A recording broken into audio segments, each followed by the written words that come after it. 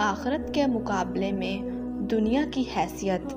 رسول اللہ صلی اللہ علیہ وآلہ وسلم نے فرمایا، قیامت کے دن اہل دوزخ میں سے ایک شخص کو لایا جائے گا جو دنیا میں سب سے زیادہ آسودہ تر اور خوشحال تھا۔ پس دوزخ میں ایک بار غوطہ دیا جائے گا، پھر اس سے پوچھا جائے گا کہ اے آدم کے بیٹے، کیا تو نے دنیا میں کبھی آرام دیکھا تھا؟ کیا تمہیں کبھی کوئی نعمت بھی ملی تھی؟ وہ کہے گا کہ اللہ کی قسم، اے میرے رب،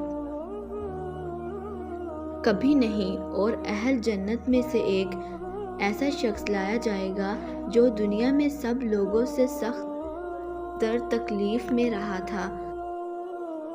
جنت میں ایک بار غوطہ دیا جائے گا، پھر اس سے پوچھا جائے گا کہ اے آدم کے بیٹے، تو نے کبھی تکلیف بھی دیکھی ہے؟ کیا تجھ پر کبھی شدت اور ظلم بھی گزرا تھا؟ وہ کہے گا کہ اللہ کی قسم، مجھ پر تو کبھی تکلیف نہیں گزری اور میں نے تو کبھی شدت اور سختی نہیں دیکھی۔